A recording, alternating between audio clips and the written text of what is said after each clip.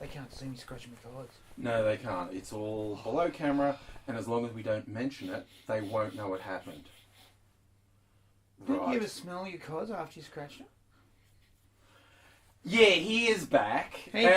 He's Thank you so much for having me back.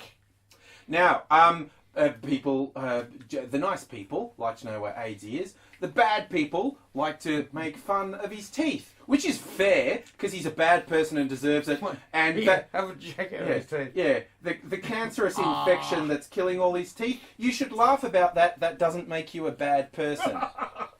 Yes, it does. You're a fucking piece of shit. Okay, just throwing it out there. Yeah, it's a necrotizing infection. Yeah. Something's not fair. But you have actually been in the hospital recently. I was in the hospital again. And I went in late, which I'll explain. Yeah. It wasn't all my fault. Ha! Now, I got some reports for some other bodies. It really was my fault. So, yeah, we'd love to give you too much information. So it was an impacted bowel. An impacted bowel. My small intestine got blocked. And that can kill you. Yeah. Right? And he started to build up with stuff that should have gone through and wasn't. And my boyfriend said, you should go to the hospital. You look terrible. Mm. And I went, oh, that's just what she said. Yeah. And he's going, no, go to the hospital. I went, no, I'll go later. Because I thought to myself, it'll de-impact from the other side. Despite the fact he looks like he's 10 months pregnant with a big poo baby. A huge poo baby that's happening because nothing was coming out either way. Yeah. Incidentally, that's how Donald Trump was born. But anyway. Yeah, with a hair. Yeah. Just like his mum. Yeah. Oh my God, AIDzee, I was pointing out, look it up.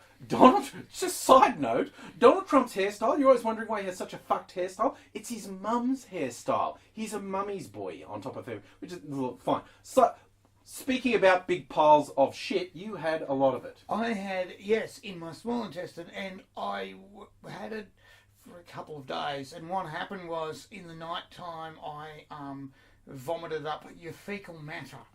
That's when you know that there's nothing going through when it comes back up. And that's really unpleasant, as you can imagine.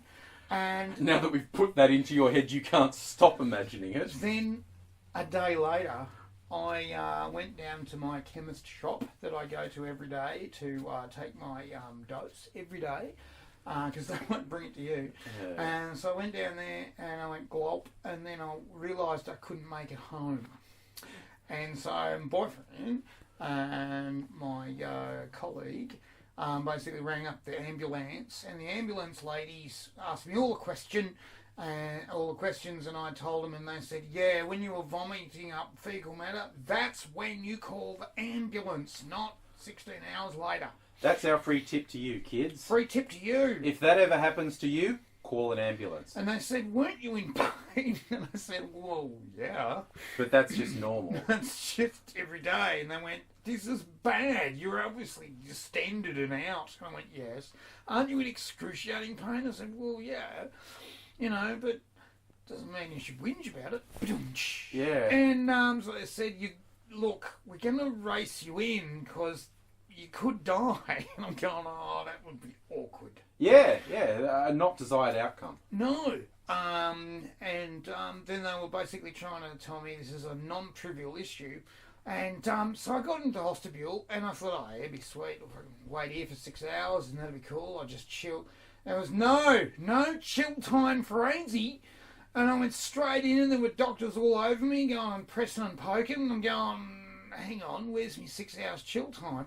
And they're going, yeah, dude, we're going to prep up the surgery team after you go for your scan and your x-ray.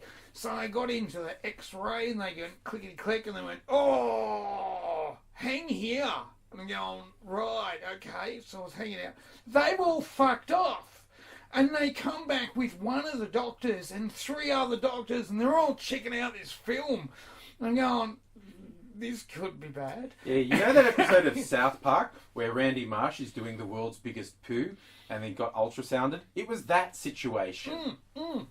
So they're all checking out and say, oh, we want some more x-rays. Clickety click. And I go, all right, I back to my bed. And I went, no, into the scanner now. And I'm going, oh, that's awkward. Yeah. And so I'm hanging out the scanner.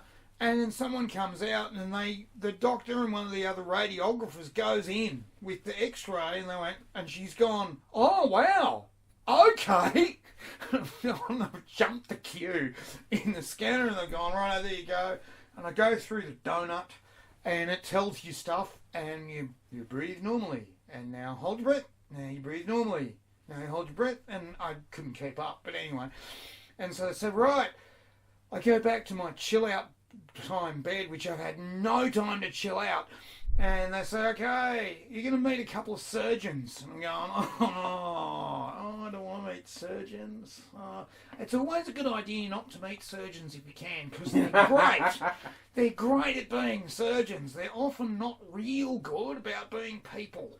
No, if they just see you as a thing they're going to stick a sharp knife into. Right? They usually see you when you're asleep. They like you better that way. You like them better that way. And they do their magic with the hands and the cutting. But then they come in and they talk to you. And there was one surgeon lady and she was lovely and she did most of the talking. And then there was Surgeon Guy and he was not lovely and he did some of the talking. And he came over and gone, so, you've got an impact helium. Huh, there you go. And he's poked it. And I'm going, yeah, right, where he's got me. And I thought I was going to, like, die and stuff. He'd stab me. I thought, you got to wait till I'm asleep before you stab me. And then I've hurled on him.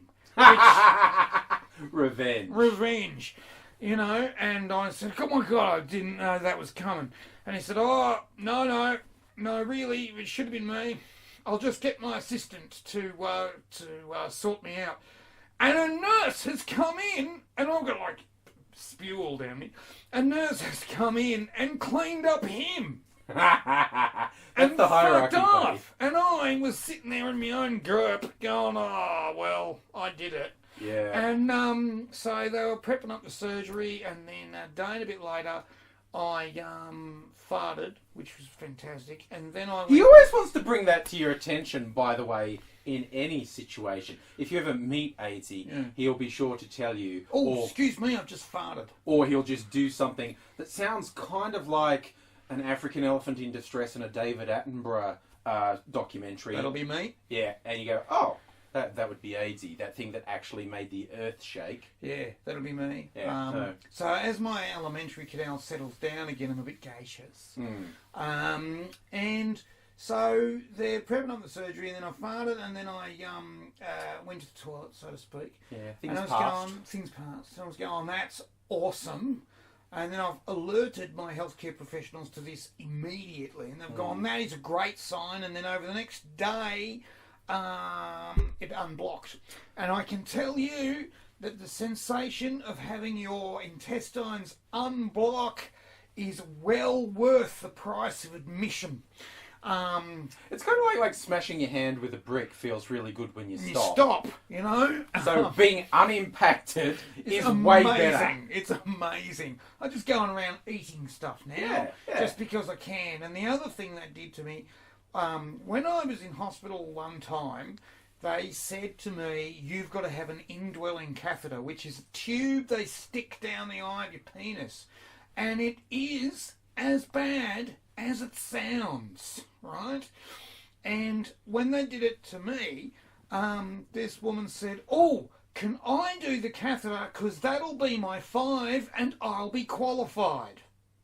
So that's not a conversation you need to hear as a patient. No. That's something they should have done out the corridor. Not good bedside stuff. Not good bedside stuff, but she was learning to be a surgeon. So, she sort of grabbed it and then like, and crying, and then all of a sudden I had a bag that accessorised with nothing. And then this time round they said, oh, they want you to have a nasal-gastric tube. You probably haven't heard of this because you're young, healthy and gorgeous. What they do is they stick a tube up your nose, round the back of your sinuses, down your throat and into your stomach throat, and you've got to swallow it down, and for the next however long it's there, you're trying to swallow it because it's sitting just on your epiglottis going, oh, there's something here to swallow, quick, gook. And the idea is that it helps unbloat you. Sort of did, because it goes all the way down into your small intestine, into your duodenum. And the stuff coming out of this was really unpleasant. And it was and it was not, and it was green, and and I was looking at it and going, oh, that's out of me. Oh, I usually don't get to see that. Oh, that's disgusting. And I tried to burp and nearly hurled. It's really, really unpleasant. So it's in my top 3 of medical procedures I don't want, which is in increasing order, nasal-gastric tube, lumbar puncture, and indwelling catheter. Man, and this is the voice of experience right here. Yeah. You want to know someone who knows medical procedures? Yeah. So that's basically AIDzee's week. Yeah. So I'm sorry I was away from work. I did sort of want to come to work, but they wouldn't let me out of the hospital. They were a lot cooler about the vape this time round. They were happy that I wasn't going down smoking cigarettes for a start. They were not real happy when the boyfriend came to visit me and I upset the next door neighbour, the patient. He was like this 90-year-old Italian bloke who just had half of his intestine removed, and so he's pooping out a tube in his stomach called a stoma.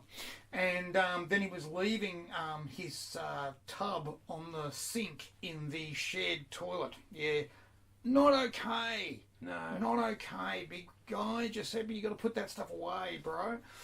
The nurses were going, where have you left it? No, in the sink. Do you want to maybe put it in the toilet, buddy? And then he basically said, no, his daughter would do that. And they're going, buddy, you've got to do it. And then he said quietly, can we get rid of the poofs? And then he said, because they're really disgusting, right? And Totally fair. Totally fair. Right. And the poofs could hear all this and going, oh no, it's only disgusting. Oh, that's fucked up.